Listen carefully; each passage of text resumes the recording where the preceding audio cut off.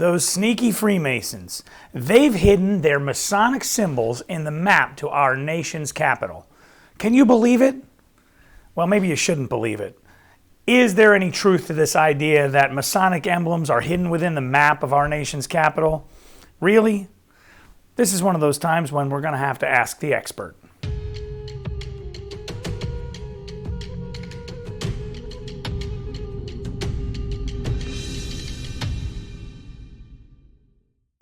Welcome to the channel. I'm Maynard Edwards, 32nd degree KCCH Scottish Rite Freemason. If you're new here, please subscribe to the channel, like the video, share the video, and definitely comment below if you've got a question or you want to shout out your lodge or you just have something to add to the conversation.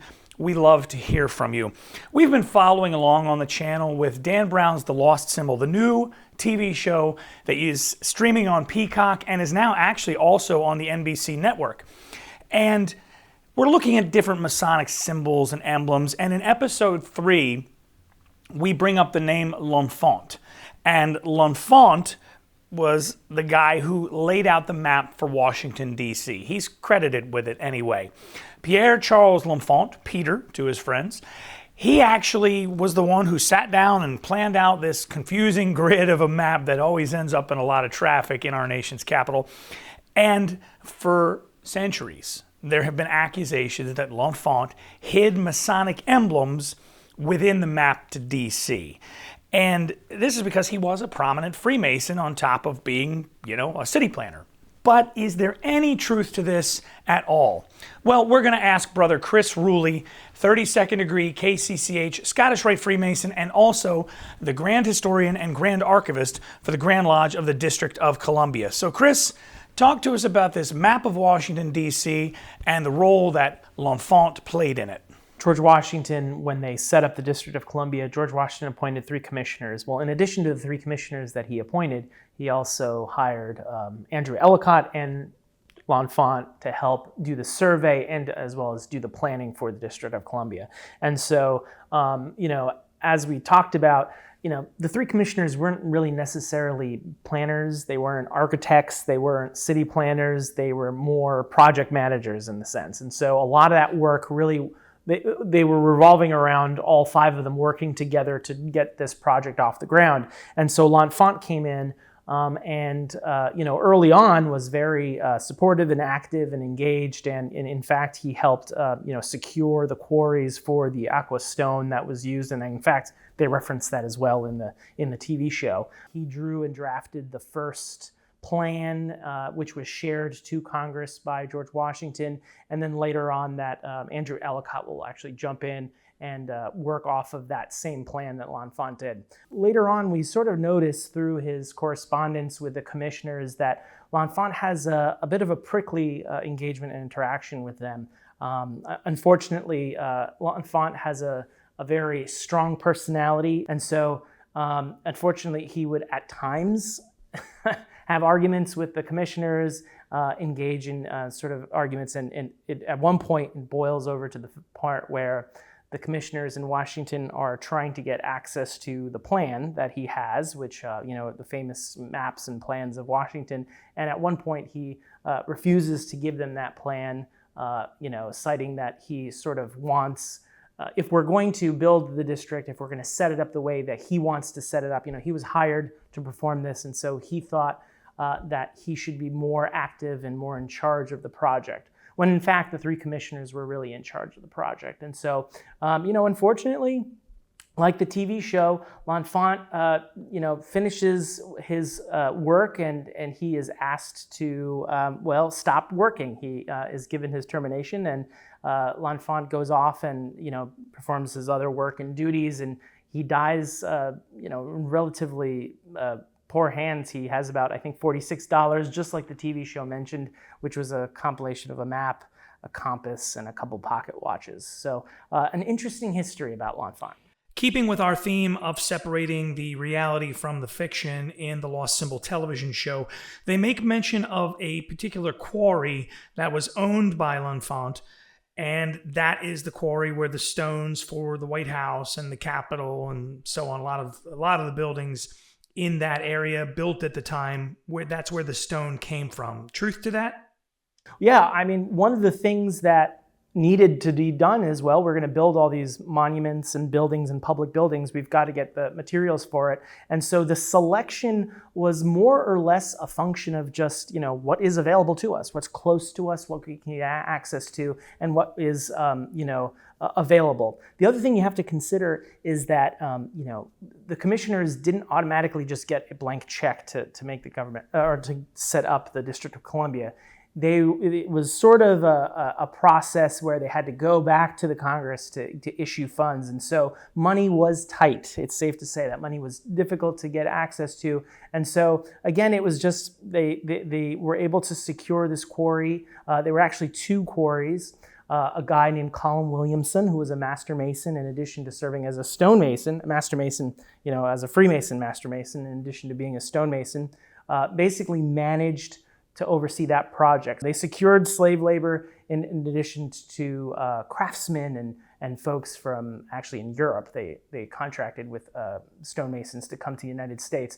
And so they were able to go in, dig into the quarries, pull all the necessary stone to bring to the District of Columbia. In fact, put them in barges and sail them up to into the Potomac. So having the district be right next to the Potomac River was very helpful and beneficial for that purpose as well. So, and there's many receipts and things from James Hoban, who was the architect of the White House in addition to the Capitol later on, contracting with captains to move all this stone from this spot in Virginia up north to the Capitol. So Lenfant, he dies, and as we've said, he's all but penniless, leaves behind some trinkets and things. But around the turn of the 20th century, a movement is made to sort of restore his reputation, if you will. And he was buried outside of town, and now he's over in Arlington now. So how did that, who championed his sort of restoration to fame, if you will? Well, I think it was part of a greater spirit of identifying, the origins of the District of Columbia. Back then, as we talked about in previous sessions, there was very little record keeping done of the stuff. And what we have, while very important, sort of comes from letters and comes from, discussions from people. So I think there was this idea of, let's see what L'enfant's contributions were, because Washington and the commissioners had a not so great relationship towards the end with L'enfant. I think it soured potentially the public opinion of L'enfant. And so there was a momentum to, well, let's go back, let's see who really contributed. And it seems like we're still finding more information every day about it. Now, I know we've mentioned that L'enfant's responsibility for the map in DC is arguable in some instances. There were many versions. There were multiple versions of that same map. So there I think at least a dozen different types where the streets are laid out in a slightly different format. So with that in mind, the Masonic connection to the layout of the map and the alleged conspiracy theory of, oh gosh, see those two streets there, that's a square and compass, or look, if you pick these 5 points, that's the Masonic star, or something to this effect. In your estimation, is there any truth to the idea that Lenfant or perhaps another Mason in the streets of DC has hidden Masonic emblems in the layout of the map? No. I mean, point blank, absolutely not. I think, this was a fun idea that was marketed early, a couple decades ago, maybe 1 or 2 decades ago, but there is absolutely no evidence to suggest that. And I think I have my own personal two theories on, if that were the case.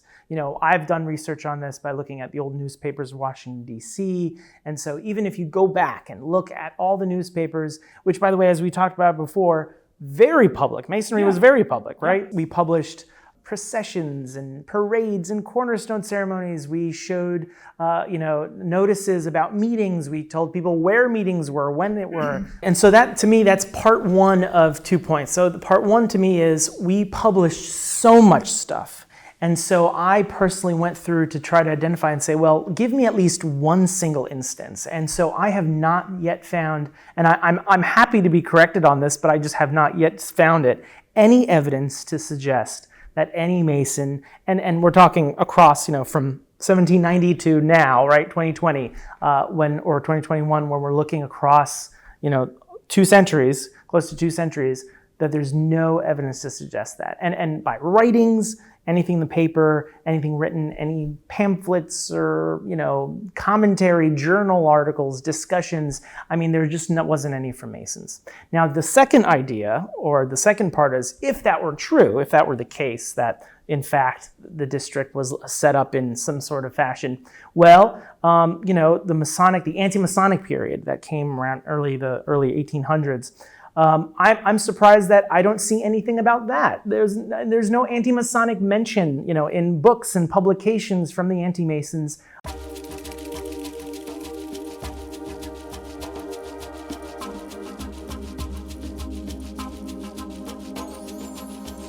About the streets of Washington or any nefarious deeds. It's always about the individuals, right, or the members, right. But it's never about, oh, well, did you hear about, that they set up the district in a grid or grid-like fashion. So again, I think it's a nice story that people think is an interesting story, but quite frankly, there's no record or evidence to suggest that in newspapers, in publications, and any historical documents. Brother Chris and I are in complete agreement on this one. I don't believe that Lenfant or anyone else hid Masonic emblems within the map of Washington, D.C., or of Boston, or of Philadelphia, or of New York, or of Baltimore, or of any of the other places that Masons are accused of hiding the symbols.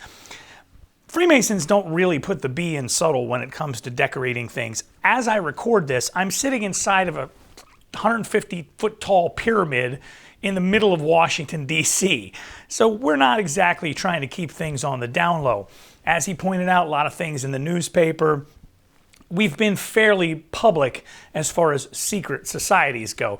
So I think it's safe to say that if indeed Lenfant had placed Masonic emblems somewhere within the map of Washington, D.C., he probably would have told more than a few people, and over these many years, it probably would have gotten out.